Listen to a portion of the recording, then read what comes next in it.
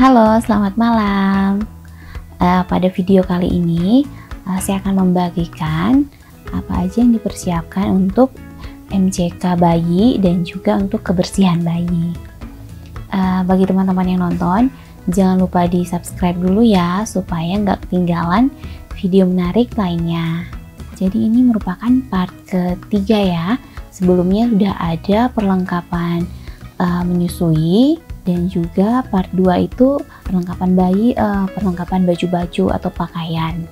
Nanti bisa disimak di sini ya videonya. Oke, kita langsung aja apa aja sih yang dipersiapkan untuk MCK atau mandi dan juga untuk kebersihan bayi. Jadi di sini yang pertama untuk mandi ya, untuk mandi bayi sudah tentu ada sabun dan sampo. Untuk merek tergantung mama-mama ya mau menggunakan apa, dan tips dari saya kalau untuk memilih sabun atau sampo mending yang botolnya itu bentuknya ini pump. Jadi ketika kita memandikan bayi kita nggak susah harus nuangin sabun atau samponya, jadi tinggal dipencet udah langsung bisa digunakan. Oke, ini dia ya. Ini bukan endorse ya, tapi ini saya membagikan pengalaman saya sih, apa aja yang saya persiapkan untuk Kanara dulu hingga saat ini juga. Lalu yang selanjutnya itu minyak telon ya. Nah, kalau untuk minyak telon juga tergantung mama-mama mau makainya yang merek apa. Saya punya video sih, bukan battle minyak telon tapi review minyak telon, beberapa minyak telon, mulai dari yang aromanya tradisional sampai yang aromatik atau aromanya kekinian. Bisa disimak juga ya nanti di sini. Lalu selanjutnya itu di sini ada sisir ya untuk bayi, untuk perlengkapan mandi juga.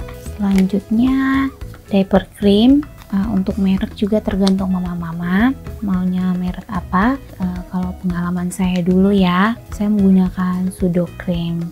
Dulu Kanara kan sempat ruam karena Kanara dulu kan nggak langsung pakai pampers, jadi makainya popok kain dulu. Jadi itu sempat ruam. Saya udah pakai juga sih merek lain tapi nggak mempan. Kakak sepupu nyaranin pakai Sudocrem, ternyata ini berkhasiat gitu, cukup efektif di Kanara. Oke, selanjutnya ada tisu basah. Tisu basah ini juga berfungsi banget untuk berpergian ataupun di rumah, bisa untuk bersihin pipi bayi setelah nyusu ataupun waktu gantiin popok bayi, dan mungkin masih banyak kegunaan lainnya ya. Dan usahakan kalau untuk tisu basah itu emang tisu yang untuk bayi ya, supaya kulit bayinya nggak iritasi. Selanjutnya di sini ada cotton ball atau kapas yang bentuknya bulat. Jadi ini biasanya saya gunakan untuk nyeboin Kanara untuk bersih. Selain untuk nyeboin Kanara, itu juga saya gunain untuk ngelap apa ya. Kalau misalnya Kanara ngedot itu biasanya saya naruh air dan kapas juga untuk bersihin sisa-sisa susu, takutnya malah iritasi dan ruam ya kalau kelamaan nempel di pipi. Terus selanjutnya yang nggak kalah penting, di sini ada cotton bud untuk bersihin telinga bayi, dan juga saya biasa gunain ini untuk bersihin hidung Kanara, untuk apa ya, ngeluarin upil ya karena bayi juga ada upil. Selain itu waktu Kanara baru lahir kan Kanara itu sempat kayak keputihan, bukan keputihan sih, ada lendir karena katanya bayi perempuan itu hormonnya memang seperti itu, seperti wanita dewasa. Jadi saya juga bersihin area organ intim, tapi pelan-pelan sih saya menggunakan cotton bud juga, karena kan kalau yang besar kan nggak mungkin benar-benar bersih ya untuk organ intimnya dulu. Tapi itu tergantung mama-mama juga ya, itu khusus untuk yang anaknya cewek, bayinya cewek. Lalu selanjutnya di sini ada, ini namanya saya lupa ya, apa sih namanya nih. Ini sih untuk nyedot ingus, tapi ini secara manual pakai sedot gitu. Ini juga opsional sih, mama-mama mau mempersiapkan apa enggak. Saya sampai sekarang malah belum pernah pakai karena begitu Kanara apa ya kayak flu, udah saya langsung minum jamu atau Kanara dikutus-kutus. Yang selanjutnya di sini ada, ini apa namanya ya, sikat gigi gitu ya, training brush gitu ya. Saya lupa namanya. Nah, ini juga sering saya gunain untuk Kanara, untuk bersihin lidah Kanara. Biasanya kan setelah nyusu ngedot itu lidahnya kan putih-putih, jadi digunain ini untuk bersihin. Oh iya, saya juga menggunakan kain kasa, cuman saya lupa taruh sini. Nah, selanjutnya yang nggak kalah penting itu ini dia, gunting kuku. Ini penting banget ya, karena kuku bayi nggak boleh panjang. Ya, kalau panjang kan bahaya. Bayi kan suka garuk-garuk, takutnya malah lecet-lecet. Kayak Kanara dulu tuh, kalau misalnya saya lambat potongin kukunya panjang, dia garuk-garuk, itu biasanya lecet. Jadi ini penting banget. Cuman tetap harus hati-hati kalau gunting kuku bayi. Nah, di sini juga melengkapi pemotong kuku tadi ya, ada ini, tapi ini dua jarang dipakai. Saya lebih sering pakai yang ini.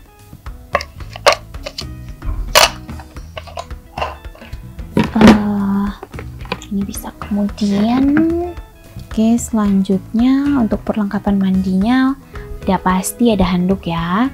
Kalau handuk disiapkan juga minimal 2, jadi satu kotor bisa pakai yang satunya lagi. Udah pasti untuk perlengkapan mandi juga bersih-bersih, wastafel ya. Dan udah pasti terus ini ada perlaknya, ada 2, yang besar untuk mandi, yang kecil untuk cebok. Jadi di sini saya punya 2 tempat juga, ini saya siapin. Yang ini untuk cebok ya, biasanya saya naruh kapas di sini untuk nyebokin Kanara dulu. Lalu ini yang kecil, ini ada baskom kecil, ini biasanya saya selalu siapkan untuk gumoh. Kan Kanara kan dulu sering gumoh, jadi saya selalu nyiapin ini sama wastafel, biasanya nyiapin. Jadi ketika Kanara gumoh, langsung naruh air hangat, langsung dibersihin kan, supaya nggak bau ya, dan bersih. Karena kalau pakai tisu aja kayaknya nggak mempan kalau gumoh. Dan tadi udah saya bilang ya, kalau nyebokin pakai air hangat udah pasti harus ada termos. Di kamar tuh udah harus ada termos standby. Ini penting banget untuk apa ya, untuk nyebokin anak. Bahkan Kanara termosnya sampai punya 3. Yang satunya besar banget, mungkin ukuran 1,5 liter. Kalau yang ini kayaknya 700-an. Ini 2 yang ukuran ini. Oke, selanjutnya untuk mandi udah tentu ada bak mandi ya. Ini dia bak mandinya untuk mandi. Bak mandi juga opsional, mama-mama mau milih yang, kalau untuk newborn yang ukuran kecil nggak apa-apa, cuman nanti kalau udah agak besaran kayaknya yang ukuran newborn itu nggak cukup, jadi harus yang lebih besar lagi untuk mandi. Lalu sini ada ember juga tuh harus selalu standby di kamar. Untuk apa? Untuk naruh baju kotornya. Jadi opsional aja sih mama mau pakai ember atau keranjang baju kotor. Cuman kalau saya sendiri mending ember, karena ember selain digunain selain untuk wadah baju kotor, itu kan nanti bisa digunain untuk nyuci juga. Jadi manfaatnya double lah ya. Kalau keranjang kan bolong-bolong, nggak bisa dipakai nyuci. Lalu selanjutnya itu untuk bersih-bersih ya, di sini udah ada deterjen bayi. Ini bukan endorse, saya emang pakai ini karena Kanara itu kan suka ini ya, suka gigit-gigit tapi bajunya.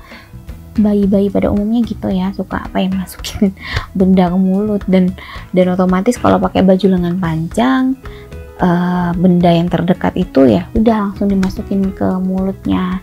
Jadi saya pakai deterjen khusus bayi, tapi ini opsional aja sih ya, tergantung mama-mama mau pakai deterjen apa aja. Lalu di sini saya juga punya pengharum pakaian ya, softener ya, softener yang khusus untuk bayi juga. Jadi kenapa pakai softener, karena takutnya musim hujan kalau bajunya nggak benar-benar kering nanti bau, makanya pakai softener. Lalu selanjutnya di sini ada ini untuk kebersihan juga ya. Ini sabun untuk nyuci botol minum Kanara Dot. Jadi untuk mereknya juga tergantung mama-mama mau pakai merek apa. Lalu di sini ada tisu kering. Nah, kalau ini bermanfaat banget, harus ada juga di kamar, harus standby. Awal-awal tuh malah makainya banyak banget untuk ngeringin botol atau apa, macam-macam lah. Kalau untuk tisu ini penting. Lalu yang terakhir tips dari saya, ini dia keranjang. Jadi kalau untuk alat perlengkapan bersih bayi, mulai dari minyak telur dan lain-lainnya, sebaiknya memang harus ada tempatnya. Jadi begitu mau dipakai udah langsung diambil sekaligus, jadi nggak repot, jadi langsung bisa ditata, jadi ngambilnya mudah, ngebawanya juga mudah. Dan dulu saya juga nyiapin kalau untuk cebok Kanara ya, ini akhir-akhir aja baru pakai yang ini. Dulu saya biasanya nyiapinnya dua, biasanya yang satu itu untuk nyebok, yang satu itu bias karena. Dan kalau untuk cebok Kanara ini di sini memang saya naruhnya satu ya. Tapi biasanya dua, yang satu untuk pipis, yang satu untuk pup. Jadi kapasnya kan beda-beda, yang untuk pipis sama untuk pup nggak nyampur. Jadi saya nyiapinnya dua dulu. Dan untuk ember baju juga dulu saya nyiapinnya dua, yang bekas pup atau yang basah-basah saya jadiin satu, sama yang kering sendiri, jadi dipisah supaya nggak nyampur-nyampur. Jadi demikian perlengkapan bayi part 3 ya, khusus untuk perlengkapan MCK dan bersih-bersih. Dan nanti akan ada video barang-barang apa saja yang harus dipersiapkan untuk dibawa ke rumah sakit.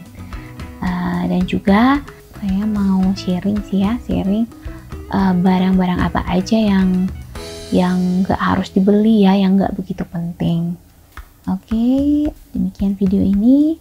Jika teman-teman menyukai video ini, bisa klik like, dan kalau merasa video ini bermanfaat bisa di share juga di sosmed teman-teman sekalian. Dan kalau teman-teman ingin sharing juga, ingin menambahkan, bisa ditulis di kolom komentar di bawah. Dan jangan lupa subscribe ya, dan nyalakan tombol loncengnya supaya nggak ketinggalan video-video lainnya. Oke, terima kasih sudah menonton. Sampai jumpa di video selanjutnya. Dadah!